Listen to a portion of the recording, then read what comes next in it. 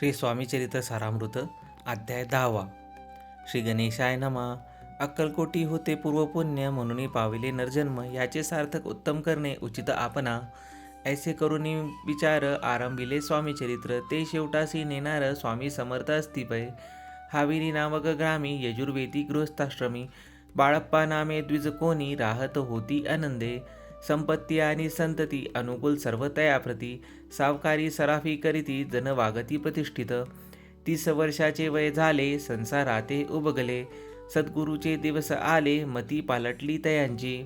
जरी संसारी वर्तती, तरी मनी नाही शांती. योग्य सद्गुरू आपणाप्रती कोठे आता भेटेल. पंचपक्वान्ने सुवर्ण ताटी, भरोनी आपणा पुढे येती. पाहुन या स्वप्नी ऐशा गोष्टी, उल्हासले मानस. तत्काळ केला निर्धार, सोडावे सर्व घरदार. मायापाश दृढतर, विवेक शंखे तोडावे. सोलापुरी काम आम्हासी, ऐसे सांगून सत्वत्रांसी. निघाले सद्गुरु शोधासी, घरदार सोडिले. मुरगोड ग्रामात प्रख्यात, तेथे आले दिवस फिरत. जेथे चिदंबर दीक्षित, महापुरुष जन्मले. मुरगोडी मल्हार दीक्षित, वेदशास्त्री परंगत. धर्मकर्मी सदा रत, ईश्वर भक्त तैसाची. परितया नाही संतती, म्हणून या उद्विग्न चित्ती. मग शिव आराधना करीती, कामना चित्ती धोरणी. 12 वर्षे अनुष्ठान केले, शंकराचे पूजन. सदाशिव प्रसन्न होऊन वर देत तयासी. तुझी भक्ती पाहुनी, संतुष्ट झाले माझे मन. मीच तुझा पुत्र होईन, भरवसा पूर्ण असावा. ऐकून या वरासी, आनंदले मानसी. वार्ता सांगता कांतेसी, तेही चित्ती तोषली. 9 मास भरता पूर्ण, कांता प्रसोली पुत्ररत्न. मल्हार दीक्षिताने आनंदोन, संस्कार केले यथाविधी. चिदंबर नामाभिधान ठेविले, तया लागुनी पक्ष. शुक्ल पक्षीय शशी समान. बाळ वाढू लागले, पुढे केले मौजी बंधने. वेदशास्त्री झाले निपुण, निघुंट शिक्षा व्याकरण. काव्यग्रंथ पडविले. एकदा यजमानाचे घरी, व्रत होते गजगौरी. चिदंबर तया अवसरी, पूजे लागी आणले. प्राणप्रतिष्ठा मंत्र म्हणता, गजासी प्राण येऊनी तत्वता. चालू लागला हे पाहता, विस्मित झाले यजमान. ऐशा लीला अपार, दाखविती चिदंबर. प्रत्यक्ष जे का शंकर, जगुद्धारार्थ अवतरले. असो पुढे प्रौढपणी, यज्ञ केला दीक्षितांनी. सर्व सामग्री मिळवूनी, द्रव्य बहुत खर्चिले.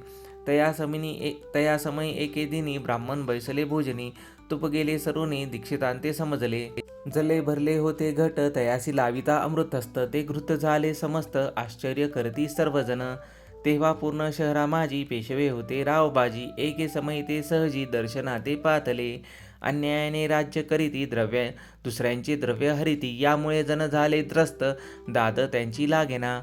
तयांनी हे ऐकोनी, मुरगुडी आले धावनी. म्हणती दीक्षितांशी सांगून, दाद आपण लावावी. रावबाजीशी वृत्तांत, कर्णोपकर्णी झाला श्रुत. म्हणती जे सांगतील दीक्षित, ते अमान्य करवेना. मग दीक्षितांशी निरोप पाठविला, आम्ही येतो दर्शनाला. परी आपण आम्हाला त्वरित निरोप देईजे. ऐसे सांगता दीक्षितांप्रती, तयावेळी काय बोलती. आता पलटली तुझी मती, त्वरित मागसी निरोप. कोपला तुझवरी ईश्वर, जाईल राज्यलक्ष्मी सर्व. वचनी ठेवूनी निर्धार, निरोप तुझला दिला असे. सिद्ध वाक्य सत्य झाले, रावबाजींचे राज्य गेले. बाह्यवर्ती राहिले, परतंत्र जन्मावरी. एके समयी अक्कलकोटी, दीक्षितांच्या निघाल्या गोष्टी. तेव्हा बोलले समर्थ यती, आम्ही येतो याते जाणतो.